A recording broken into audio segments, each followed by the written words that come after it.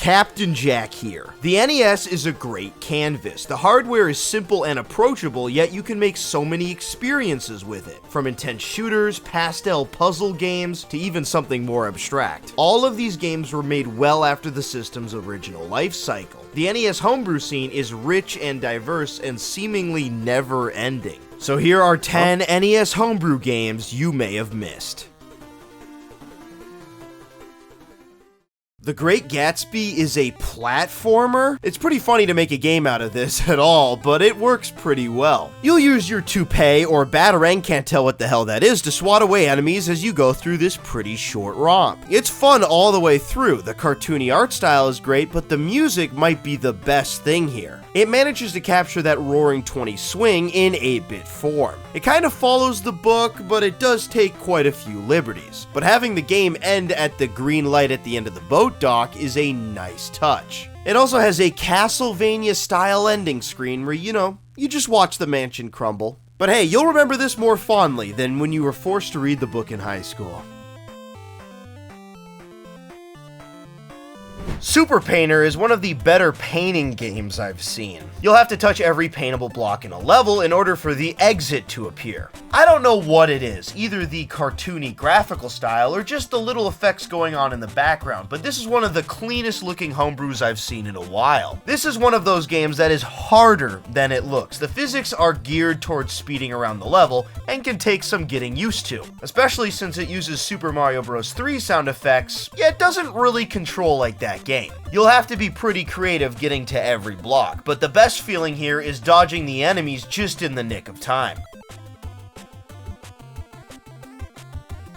Finesse is an aquarium simulator, and no, this is not boring, okay? This is actually a great idea, and it does quite a bit here. There's multiple different types of fish, you can buy food, and you'll have your ammonia and CO2 levels to keep track of. It's actually a pretty difficult game. You'll have to make sure you're buying plants constantly to keep your tank healthy, or else your fish are just gonna start dropping like flies. I'm definitely a sucker for this type of thing, being big into real-world aquariums, but it's the little things here like the fish types having accurate behavior, as well as the plant species in the game just being real aquarium plant species. There's so many little extra bells and whistles here, like the TV button that you can press just to spectate your creation.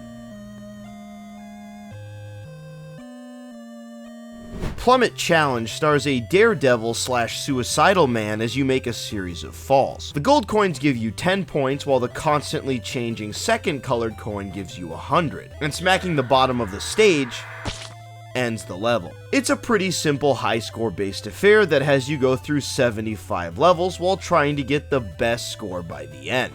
I mean, it is called a challenge. It starts out straightforward, but eventually there'll be different obstacles that can mess up your run, like deadly seaweed and levitating already lit bombs. There's actually a different song and theme for every 20 or so levels, and you'll get through them pretty quickly. One thing that I just noticed is your guy is apparently still alive after all of this. I mean, he's taken some damage for sure, but he's turned into a bloody puddle like 50 times. He doesn't look that bad. This is one of the few NES homebrews that not only looks retro, but has that classic high score objective that just about all games came from.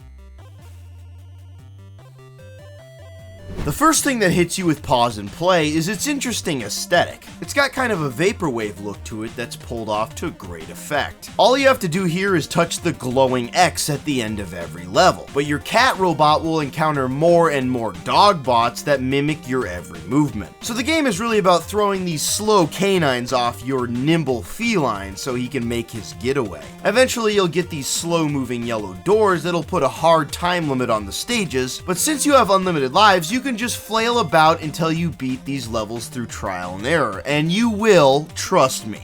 I believe in you.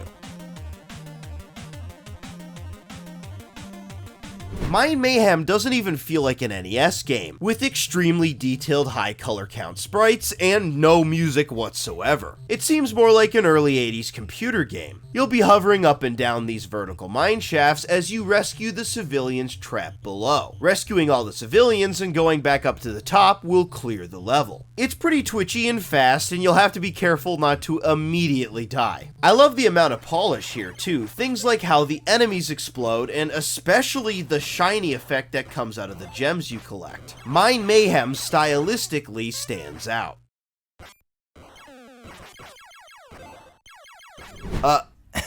Espitenen und Herr Pimponen. Nailed it. Is an auto-scrolling vertical platformer with simultaneous multiplayer. The fun little gimmick here is because the character is a porcupine, he shoots out of his back, so you'll have to quickly turn away from the enemies in order to kill them. It obviously makes more sense for the pink porcupine, but not for the human character. I don't know what he's doing. Is he storing quills in the back of his neck? The game's difficulty is pretty interesting. You can either decide to hang around the bottom of the screen and risk getting killed by the scrolling of the level, or hang around the top of the screen and risk getting repeatedly hit by suddenly appearing creatures. Honestly, it's just fun having a vertically scrolling game on the system that isn't a space shooter. Indivisible has wonderful presentation, with heavy use of sample-based audio and a main character sprite that's so big and detailed, it almost looks like it's from a Super Nintendo or Sega Genesis game. There's a huge focus on movement here. There are enemies, but they're pretty few and far between. Instead, you'll be wall jumping from platform to platform and eventually using the axe to stick yourself to a wall. It's a great feeling, and the unique movement and pretty large levels makes for some pretty cool scenarios. Apparently, this is a demake of an indie fundraiser project of the same name, but it's done so well, and it's a pretty good vertical slice of that game. And there's a boss fight at the end of this admittedly pretty short experience that's really well put together. I would love to see this demake actually get finished. Blob Quest is just Metroid in disguise. This is a platforming game with heavy focus on exploration with just a little bit of dexterity thrown in here and there. In order to proceed, you'll have to find power-ups that give you more movement options, like the ability to bounce like a ball or dash in midair. Graphically, it's on the simpler side, but the level design is actually great, especially the bouncing-based puzzles. A nice little feature here you don't see in many NES games is a checkpoint system in the form of these little crystals that you can tap at any time. This one starts out slow, but it really does grow on you.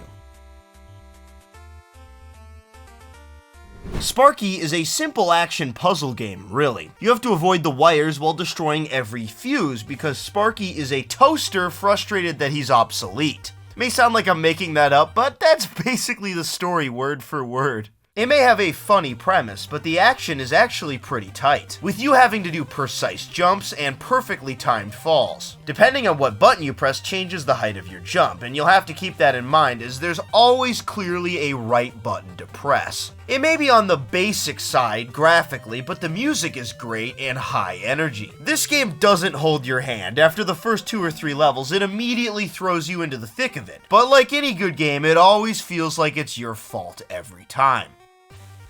Which game did you like the most? Let me know in the comments below. And which game did you like the least? It better not be FinNES. You're just not a fish person, man. You don't get it.